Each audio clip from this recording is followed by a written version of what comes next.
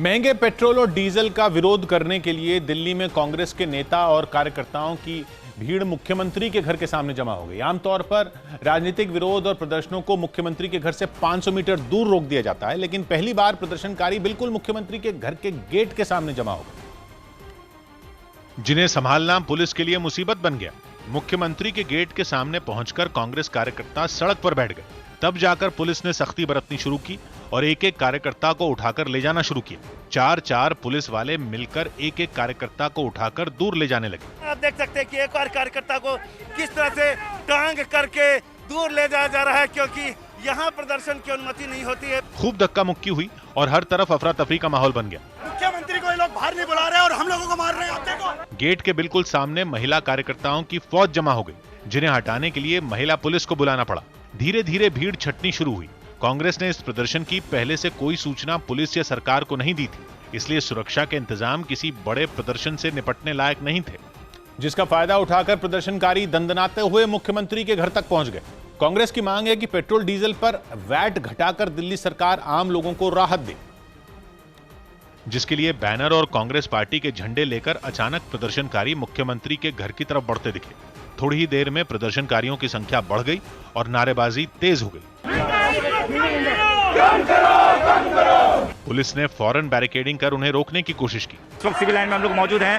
अरविंद केजरीवाल का आवास यहाँ पर दिल्ली के मुख्यमंत्री का, और उसके ठीक बाहर यहाँ पर बैरिकेड लगे हुए हैं। हालांकि जो कांग्रेस कार्यकर्ता हैं वो यहाँ पर अचानक पहुंचे हैं, लेकिन थोड़ी ही देर में प्रदर्शनकारी बैरिकेड के ऊपर चढ़ गए और हंगामा बढ़ गया। वही हक मांगना है, कम से कम पेट्रोल डीजल के रेटों की कमी की जाए, महंगाई पे लगाम लगाए। आज सरसों का तेल हो, आज 200 रुपए लीटर बिक रहा है। कुछ देर की धक्का मुक्की में ही प्रदर्शनकारियों ने बैरिकेड गिरा दिए। कांग्रेस कार्यकर्ता यहाँ पर बैरिकेड पर चढ़ गए हैं। वो डीजल पेट्रोल की महंगाई के खिलाफ प्रदर्शन कर रहे हैं। यहाँ देखिए कि ऑक्सीजन सिलेंडर तक लेकर के कुछ लोग पहुंचे हुए हैं। पुलिस वाले उन्हें रोकने के लिए पूरा जोर लगाने लगे, लेकिन 5-7 पुलिस वाले मिलकर इस भीड़ को नहीं रोक पाए।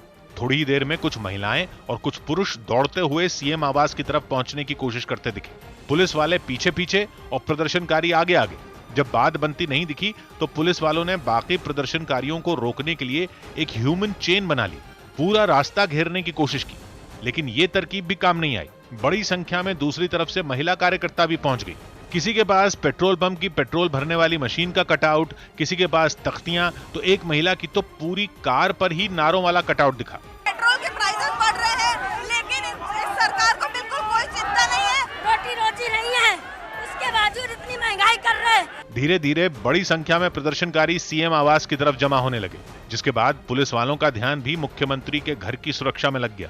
पूरी भीड़ सीएम के घर के गेट के बाहर जमा हो गई, जिसकी सबसे बड़ी वजह यह कि दिल्ली में ताजा बढ़ोतरी के बाद पेट्रोल की कीमत 100 रुपए के करीब पहुंच गई है। पेट्रोल और डीजल के दाम बढ़ने के पीछे केवल केंद्र सरकार की स्पेशल एक्साइज ड्यूटी नहीं, बल्कि राज्य सरकार को वैट भी लेना पड़ता है। राज्य सरकार का वैट भी बड़ी वजह है। राज्य सरकारों का ये वैट पेट्रोल के बेस प्राइस पर नहीं जोड़ा जाता, बल्कि उस कीमत पर जोड़ा जाता है जिस कीमत पर पेट्रोल पंप वालों को 1 लीटर पेट्रोल मिलता है। यानी बेस प्राइस में तेल को लाने ले जाने का खर्च, केंद्र सरकार की एक्साइज ड्यूटी, डीलर का कमीशन, सब कुछ जोड़ने के बाद जो कीमत आती है उसका 30% दिल्ली सरकार वैट के रूप में लेती है। मोटे तौर पर इसका मतलब यह है कि अगर दिल्ली में पेट्रोल की कीमत 100 रुपए पहुंचती है तो उसमें लगभग 23 रुपए दिल्ली सरकार के होंगे, तकरीबन।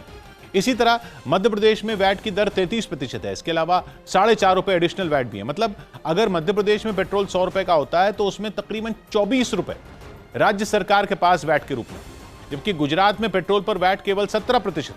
कम टैक्स की वजह से गुजरात में पेट्रोल दिल्ली और मध्य प्रदेश के मुकाबले सस्ता है।